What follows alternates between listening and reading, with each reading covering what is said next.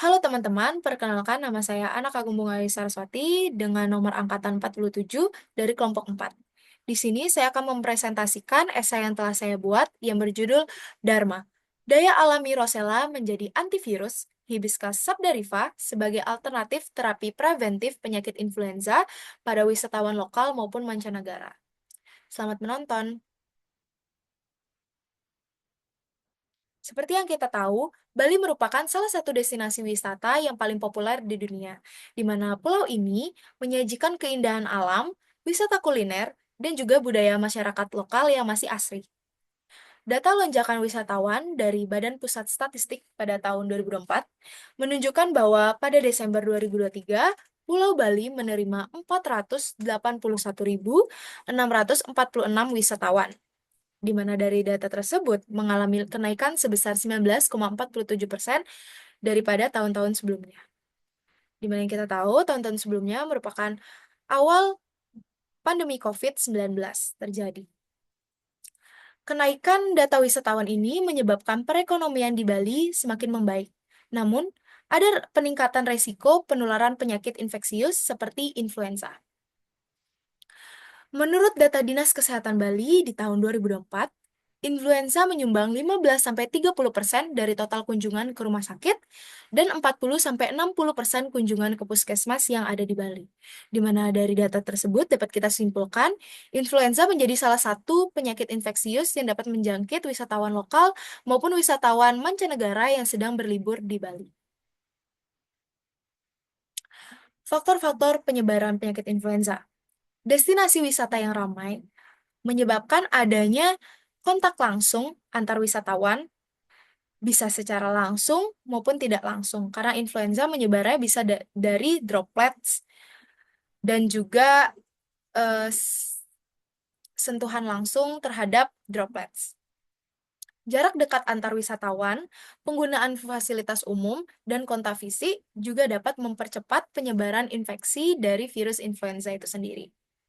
Selain itu, ada perubahan suhu dan kelembapan udara yang drastis.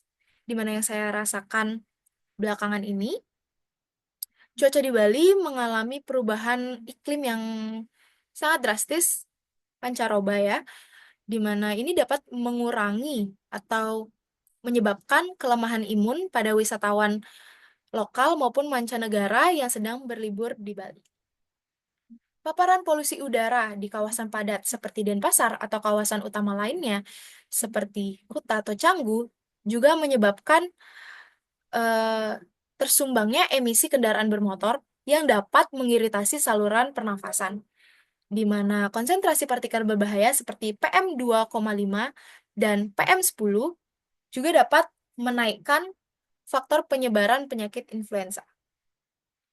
Lalu solusi inovatif apa yang dapat saya berikan? Yaitu bunga rosella atau nama latinnya Hibiscus subdariva. Di Indonesia, rosella telah lama digunakan dalam pengobatan tradisional, seperti dibuat jamu. Namun, di esai kali ini, saya ingin dikemas dalam bentuk teh. Mengapa? Karena penyimpanan teh akan jauh lebih lama dibandingkan produk basah dan juga dapat dibawa kemana-mana secara praktis.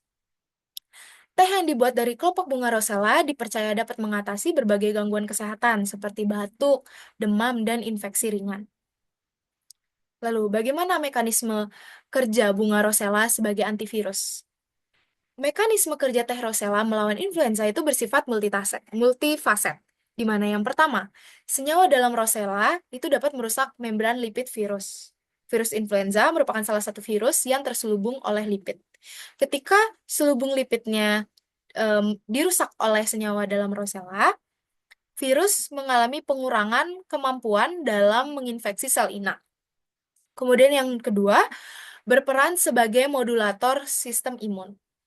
Kandungan flavonoid dalam rosella itu sangat tinggi, khususnya quercetin dan anthocyanin, di mana senyawa ini dapat menghambat produksi enzim proinflamasi seperti COX-2 dan interleukin 6.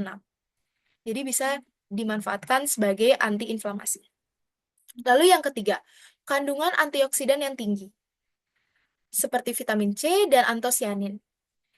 Kandungan antioksidan ini dapat membantu menetralisir radikal bebas yang dipicu oleh virus influenza. Lalu, bagaimana cara mengoptimalkan dari teh rosella itu sendiri?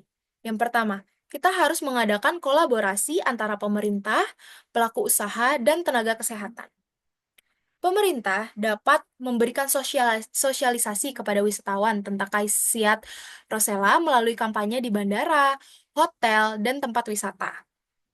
Lalu bisa digunakan brosur atau video informatif, serta di bidang hospitality dapat menyediakan teh rosella sebagai welcome drink dan dapat mengembangkan produk turunan seperti suplemen rosella dalam bentuk kapsul atau minuman instan yang akan memudahkan wisatawan untuk membawanya selama perjalanan.